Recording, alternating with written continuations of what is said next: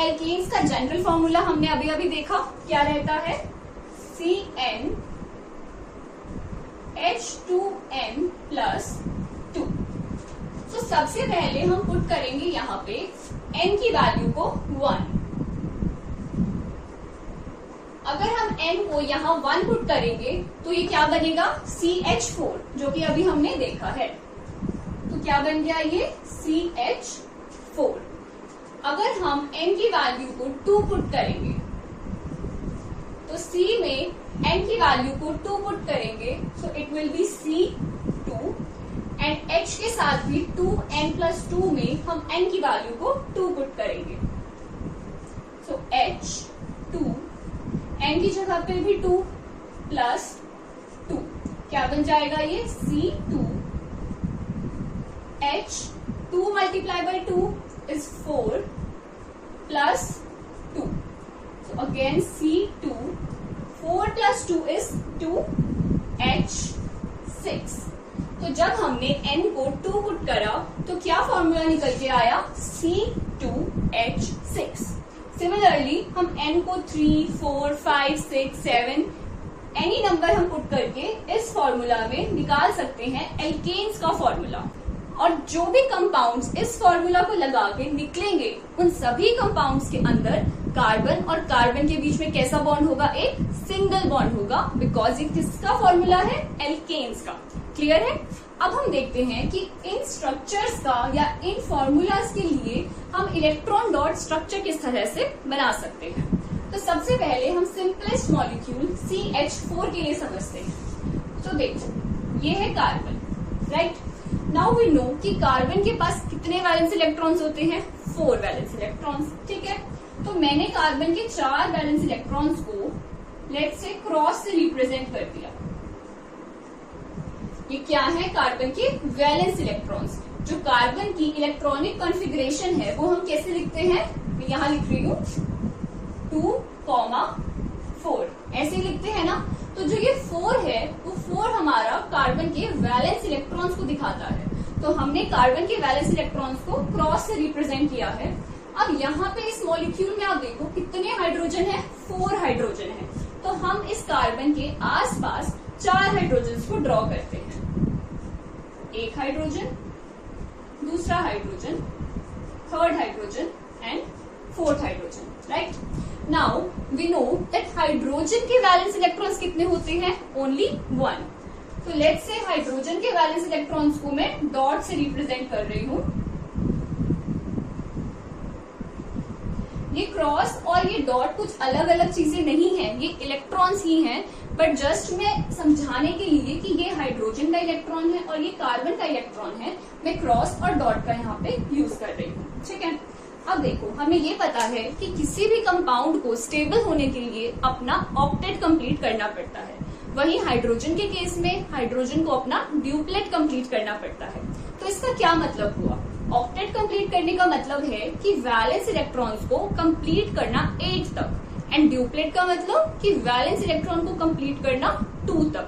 अगर वो ऐसा अटेन कर लेगा तो बेटा वो कंपाउंड बिल्कुल स्टेबल हो जाएगा। पर केमिस्ट्री में हर एक कंपाउंड जो है ना वो हमेशा स्टेबिलिटी की तरफ जाता है, वो हमेशा स्टेबल होना चाहता है। कोई आपसे पूछे कि ये कार्बन जो है ये बॉन्ड बना ही क्यों रहा है, नीड क्या है बॉन्ड बनाने की, सो दैट आप आंसर करेंगे कि जो कार्बन है वो बॉन्ड के थ्रू अपना ऑक्टेट कंप्लीट करता है, जिसके कारण वो स्टेबल हो जाता है, ठीक है। और हर एक कंपाउंड जो है वो क्या अटेन करना चाहता है? स्टेबिलिटी अटेन करना चाहता है। तो अब देखो इसे करना है अपना ऑक्टेट कंप्लीट।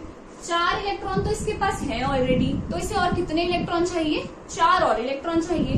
तो ये क्या कहेगा कि हाइड्रोजन तुम चारों मुझे जो तुम्हारे पास ये एक इलेक्ट्रॉन है ना वो मेरे साथ शेयर कर लो तो मेरा तो काम बन जाएगा।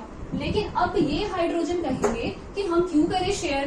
तो भाई हाइड्रोजन को भी तो चाहिए ना एक इलेक्ट्रॉन अपना ड्यूप्लेट कंप्लीट करने के लिए, इसके पास भी तो सिर्फ एक इलेक्ट्रॉन है। तो ये कहेगा कि ठीक है तुम मुझे अपना इलेक्ट्रॉन दे दो, हम तुम्हें अपना इलेक्ट्रॉन दे देंगे। और देने का मतलब यहाँ पे क्या है? शेयरिंग करना। कोई भी अपना इलेक्ट्रॉन लूज या गेन नहीं करता है।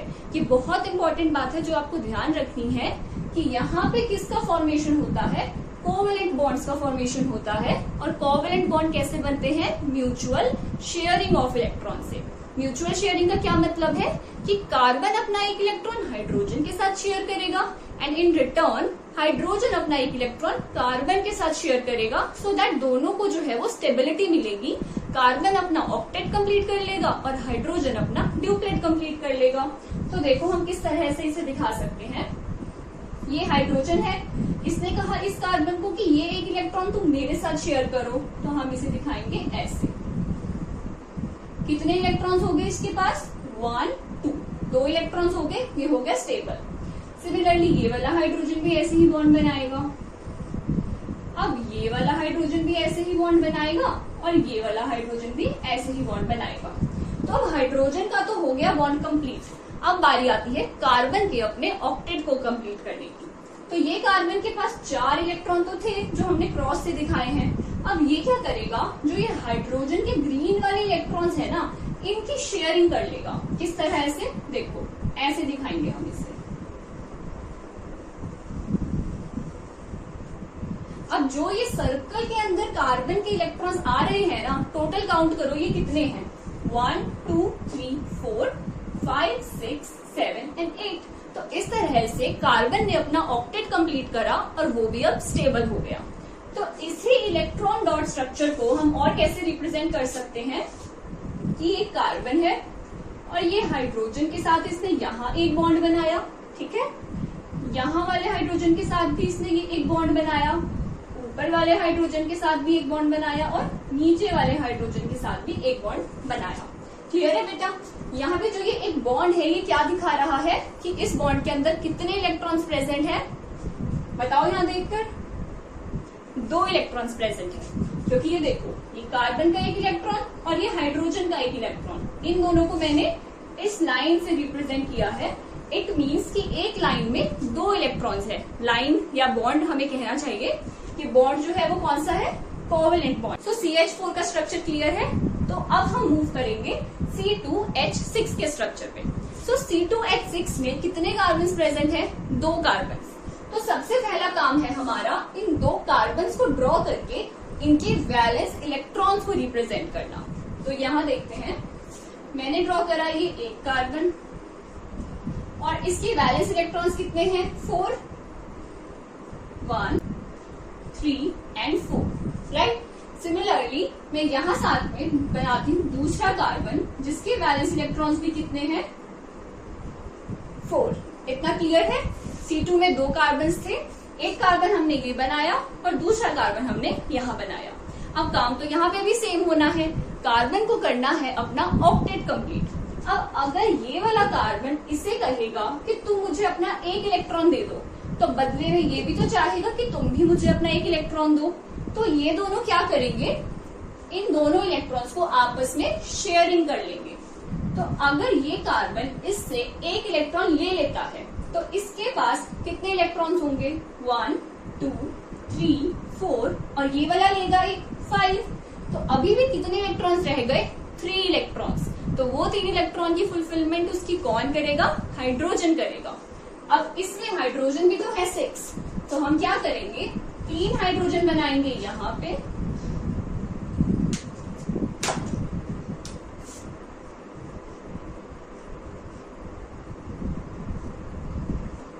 और 3 हाइड्रोजन हम बनाएंगे यहाँ पे, ठीक है। अगेन हाइड्रोजन के इलेक्ट्रॉन्स को मैं डॉट से रिप्रेजेंट कर रही हूँ।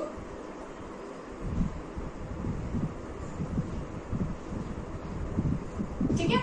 अब सबसे पहला काम हम क्या करेंगे, हाइड्रोजन के ड्यूप्लेट्स को कंप्लीट करेंगे।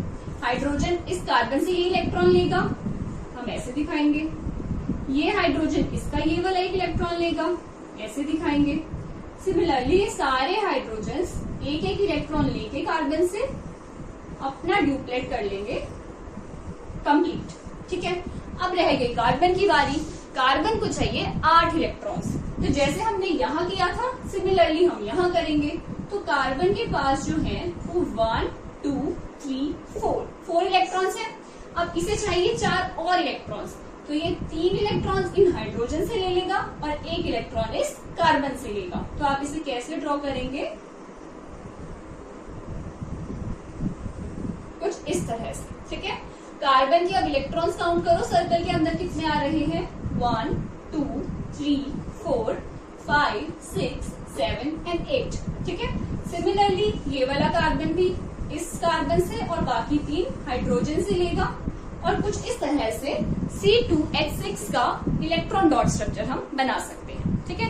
अगर हम इसे इस फॉर्म में रिप्रेजेंट करना चाहते हैं तो हम कैसे लिखेंगे? ये कार्बन, इसने एक तो सिंगल बॉन्ड बनाया इस कार्बन के साथ और इसने 3 सिंगल बॉन्ड बनाए हैं हाइड्रोजन के साथ। सिमिलरली इस कार्बन ने भी 3 सिंगल बॉन्ड बनाए हैं हाइड्रोजन के साथ। तो ये हुआ हमारा कंप्लीट स्ट्रक्चर C2H6 के लिए, जिसमें हर एक एटम का ड्यूप्लेट या ऑक्टेट जो है वो कंप्लीट है, as you can see. So I hope आपको अच्छे से समझ आया होगा कि किस तरह से हम एल्केन्स के लिए करते हैं। फर्दर लेक्चर्स में हम कंटिन्यू करेंगे कि हम एल्कीन्स और एल्काइंस जो कि अनसैचुरेटेड हाइड्रोकार्बन्स के अंडर आते हैं, उनका क्या जनरल फॉर्मूला है, क्या उनका स्ट्रक्चर है, किस तरह से उनमें बॉन्डिंग होती है, वो सब हम नेक्स्ट लेक्चर में देखेंगे। Thank you for watching my video.